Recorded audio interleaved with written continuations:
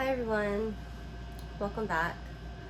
So today I want to continue going over the 5 stages, or going over the stages of narcissistic abuse. The 5 stages, which are idealization, devaluation, the discard, repetition, and the Hoover.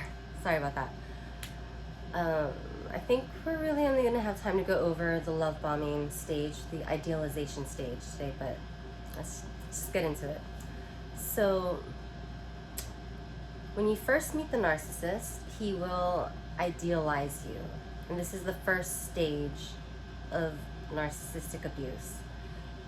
He will idealize you, just adore you, shower you with compliments and praises, put you on a pedestal, basically, make you feel like you're the most desirable, beautiful woman on the planet, which you are. You are desirable.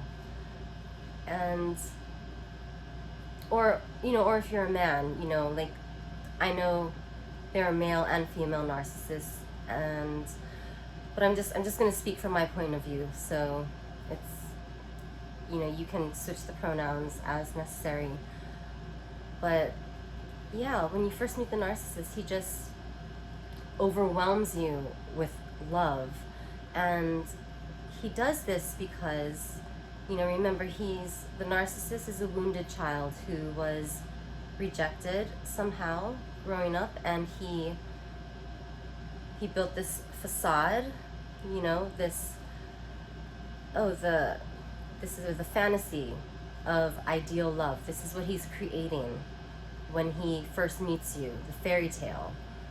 And so he's developed this modality of getting love. He's went on the offensive. He says to himself, I am never again going to get rejected or made to feel unworthy or unloved. So his mode of getting love is to manipulate and take it. Okay? So he overwhelms you with love, he idealizes you, and this could look like him telling you, I love you when he just met you. Like, he never even took the time to get to know you. And, like, oh, I've never felt like this before. I mean, there are, excuse me. There are 2 instances in which that might be true, where an instant connection might take place. Sorry. And that's when you meet a soulmate or when you meet your twin flame. But he could tell you that. He could be like, I think you're my soulmate, or it feels like I met you in a past life. And that's romantic, right? They're charming. They've been doing this their whole life. They're skilled at making people fall in love with them. So, telling you I love you when he just met you, or taking you on like extravagant dates, going on trips also when you just met this person. And my ex-narcissist, he would give me flowers like all the time. He would take a walk around the block and like handpick flowers from his neighborhood and like give them to me, and I just thought that was the most romantic thing ever. And it was, a normal person might do that, but not in combination with like all the other things all at once. And for a healthy relationship, these over-the-top displays of love and just complete, just overwhelming you with admiration, and that, all these things coming so fast at the beginning of a relationship, these would, in a healthy relationship, be red flags, which is something I've learned from learning about this.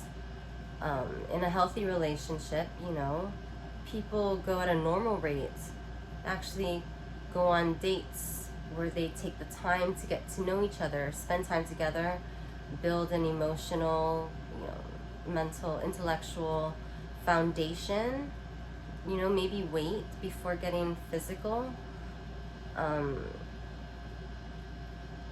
You know, and I haven't personally really experienced this type of dating myself because I've always attracted, or yeah, narcissists. Wait, that's not true. I've dated one or two really, really good people, but sorry for digressing. So they will idealize you, build you this fairy tale, and unfortunately we fall for it. And okay, so wait, I don't remember if I said this, but the reason they do this, right, the reason why they need to make sure you fall in love with them is because they've picked you to be their primary source of narcissistic supply. And so this is how they get their hooks into you. They make sure you fall in love with them so that they can later control you. So we went over why the narcissist does what he does. Why he has low self-esteem, why he feels unworthy, and why he acts the way he does. Right? Why he doesn't love himself. Now it's time for us to look at ourselves. Like, why did we fall for the love bombing? And if you're just discovering this right now, that you are in a narcissistic relationship and that you in a way got got conned into a relationship with this person. It's a love con, I mean, it's not necessarily a con. Like, the narcissist, he could in his own way think that, or have thought that he was falling in love with you, because why wouldn't he? You're amazing, you're beautiful, you're smart. Who wouldn't fall in love with you? But the narcissist, he's not capable of actually loving another person because he doesn't love himself. So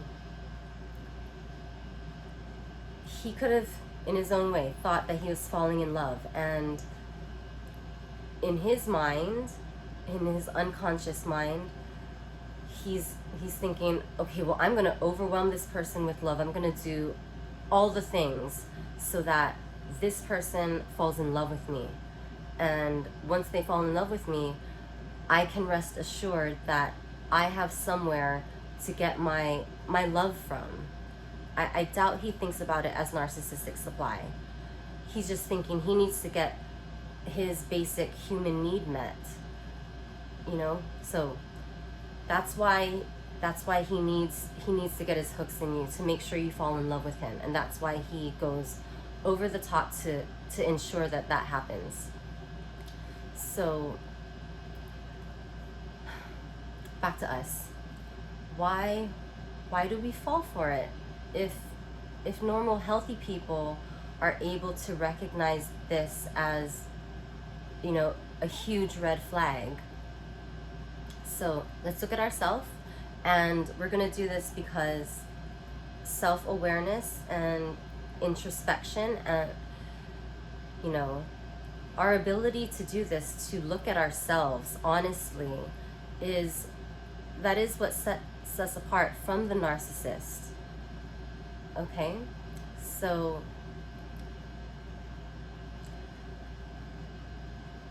we can use me as an example again. So the reason I fell for the love bombing was because growing up, like I mentioned before, my mother, who, she, to her best of her abilities, she loved me, but she loved me conditionally, okay? And like I talked about in a previous episode, an example of conditional love is when she wanted my stepdad to adopt me and she wanted me to change my name. I didn't want to. Then she got mad at me, made me feel bad. And so because I wanted her love, I wanted her approval, I said, okay, I'll change my name. And I really didn't want to. And that hurt to have to do that. But I did that and I got the love. Okay, before, when I said I didn't want to, I wasn't getting the love. So that is conditional love. Okay, if she would have said, Kristen, I want you to change your name, and I said no, she would have been like, okay, it's okay, I understand you don't want to do this, and it's okay, you don't have to, I still love you. That would have been unconditional love. So, you know, if you are someone who's used to getting conditional love, again, that doesn't mean your parents don't love you.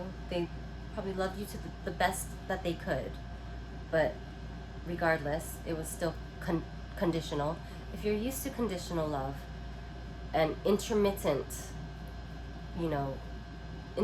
receiving love because of the conditions, when someone overwhelms you with so much love, like all at once, and just seems to be giving it to you freely, which, you know, later you find out it wasn't free.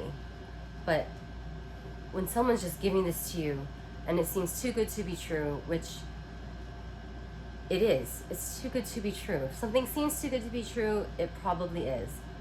But okay, when you're overwhelmed with this love that you've never received before, and there's so much of it, you want to believe it. You want to believe that it's true. Why wouldn't it? Like, why wouldn't someone love you or love me? And you think, maybe this is it. Maybe this is my connection. Maybe this is my soulmate, my happily ever after. So you believe them, or you know, you might have felt in your intuition, in your body, and then just denied it, because that's what you were taught growing up, to deny your intuition, to deny yourself, your feelings, because adults around you told you your feelings were not valid, or don't be like that, that's not okay. So you're kind of used to ignoring your inner guidance. So this person overwhelms you with love, and you take the bait, and you think, you don't see the next stage coming because you don't know that he's a narcissist, but you let your guard down, and you think, this is it, I've met my person, I'm so in love. Okay, and that's how they get you. So when you realize this, when you learn this, if you're learning this for the first time, that you were, you know, you kind of got duped or conned into falling in love, and that it's not actually real, that can be so hard to accept, you know. And when I found out, I was crushed. I couldn't believe that it wasn't real. Like, and you think about the memories, and you're like, I can't believe that didn't mean the same thing to this person. Like, to you it was real. And so, you know, you're hurt, you feel betrayed, you know, just complete disbelief, denial, like all of that anger. And you know, you just feel like, how, I can't believe I fell for that. And you just feel like so stupid. All these feelings are gonna come up. And so let them come up. Be angry, be hurt, cry, feel grief, you know, all of it. Let it come up. Let it wash through you. Let it process. Don't try to suppress it, okay? And so when you're done being angry, this is your homework. I want you to forgive yourself. Okay? Forgive yourself for not having the tools, the foundation to protect yourself against a person like this. You know, that's from your upbringing. Your parents didn't give you everything you needed to, to protect yourself against the narcissist. Forgive yourself for wanting to believe something that something told you in the back of your mind wasn't real. You know, forgive yourself for that, for putting yourself in harm's way. Okay, and tell yourself, like me, what I did, like, Kristen, it's okay. You made a mistake, and I still love you. Then tell yourself you love yourself. Okay, like the self-talk that you do, and think about how you talk to yourself. Like, okay, if your best friend went on a job interview and didn't get the job, right? What would you tell them? Like, you'd be like, don't worry, it's okay. Like, those people are missing out that they didn't hire you. You're smart. You're beautiful. You should have got that job, but now you're gonna go out and get a better one. You're gonna build them up, right? You're not gonna tell them like, oh yeah, you're stupid. Yeah, you're not good enough for that job. I don't blame them for not hiring you. You're not gonna say that to your friend. So why would you say that to yourself? Like, if you go on a job interview, you don't get the job, like, you might feel bad. You might be like, fuck, like, I'm not good enough. Like, I'm not smart enough. They didn't hire me. Like, why didn't they pick me? What's wrong with me? You gotta stop talking to yourself like that, okay? Stop. It ends now. So, as a narcissist, forgive yourself. Forgive yourself. Say, Kristen, it's okay. It's okay. You made a mistake. Alright? You're gonna learn from that mistake. I still love you. I still love you, Kristen, even though you did that. And when you do that, that's you showing yourself unconditional love. And that's how you begin the journey back to yourself. Self-love. Okay? And so do this. Because if you don't do this, if you don't do the work, no one's ever going to be able to love you, or you're never going to be able to receive unconditional love from anyone. Someone could come along and be like, oh hey, you look lovable. Here's some love. No strings attached. Okay? And you're going to be like, okay, thanks. I don't believe you, because them telling you that you're lovable, that you're worthy, it doesn't align with what you believe about yourself if you're not doing the work to love yourself.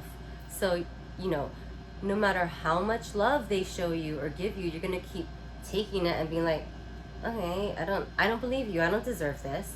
And then you might even get mad, like, if they keep trying to love you, and you're gonna be like, stop, go away, I don't believe you. I'm not worthy of love, and push them away. You're not going to be able to receive love. Okay? So you need to do the work. You need to tell yourself that you love yourself. Be kind to yourself. Be forgiving with yourself. And when you do that, once you start doing that, you do it more and more, your cup your cup is it's gonna start to fill up, you know, and it's gonna get full and it's gonna start overflowing. And the next time somebody comes by and says, hey, you know, I want to give you some love, here's some love, you're gonna be like, thank you, thanks a lot. And you have so much love in your cup, you're gonna give them some love back and be like, here you go, you know, like, have a nice day. And you know, it's gonna be amazing. It's gonna feel so good. So do that. Go love yourself. Okay? Be kind, be gentle, be compassionate with yourself, just the same way you would do with a friend. Be your own best friend. Okay? And you start fulfilling your own basic human need to be loved by yourself, all on your own. And it's gonna be you're gonna feel so empowered when you do this. Okay? So do your homework, right? And I'll see you in my next video. Bye.